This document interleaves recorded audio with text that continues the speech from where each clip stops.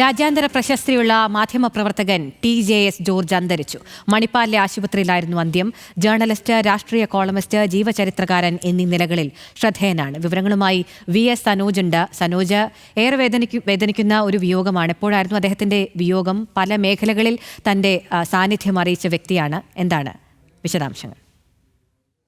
അഖില, TJS George ഒരുപക്ഷെ മലയാളത്തിൽ നിന്നുള്ള അല്ലെങ്കിൽ കേരളത്തിൽ നിന്നുള്ള രാജ്യത്തെ ഏറ്റവും പ്രസിദ്ധനായ അല്ലെങ്കിൽ രാജ്യത്തിന് പുറത്തടക്കം ഖ്യാതിയുള്ള ഒരു മാധ്യമപ്രവർത്തകൻ എന്ന് തന്നെ പറയേണ്ടി വരും.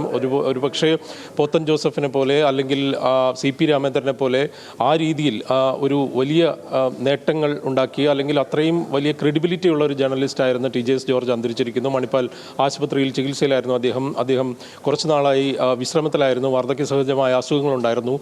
മകൻ ജീത്തയിൽ നമുക്കറിയാവുന്നതുപോലെ പ്രമുഖനായ എഴുത്തുകാരനാണ്. ഒരു കാലത്ത് ദ ന്യൂ ഇന്ത്യൻ എക്സ്പ്രസിൽ എഴുതിയിരുന്ന കോളം അടക്കം ധാരാളം രാജ്യത്തെ ഇംഗ്ലീഷ് ജേർണലിസത്തിലെ ഏറ്റവും പ്രധാനപ്പെട്ട കുലപതികളിൽ ഒരാളായി അറിയപ്പെടുന്ന വ്യക്തിയാണ് TJS ജോർജ്.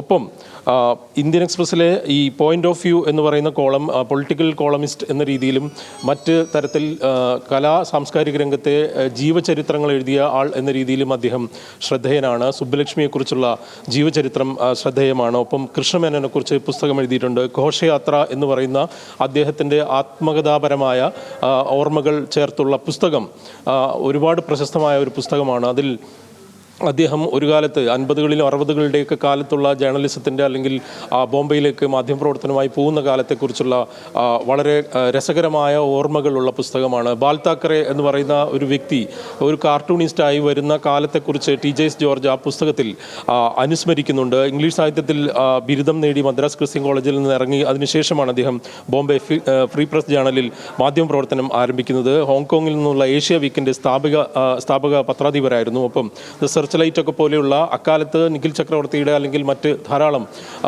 രാജ്യാന്തര പ്രസിദ്ധരായ ധാരാളം മാധ്യമപ്രവർത്തകരുണ്ടായിരുന്ന ഒരു കാലത്ത് അവരോടൊപ്പം ഒരു യശസ് ഉയർത്തിയ അല്ലെങ്കിൽ അത്രയും തലയെടുപ്പുള്ള ഒരു മാധ്യമപ്രവർത്തകൻ എന്ന് പറയാം TJSനെ സംബന്ധിച്ചിടത്തോളം. അഖില, ഏറെ പ്രധാനപ്പെട്ട ഒരു വ്യക്തിയാണിപ്പോൾ.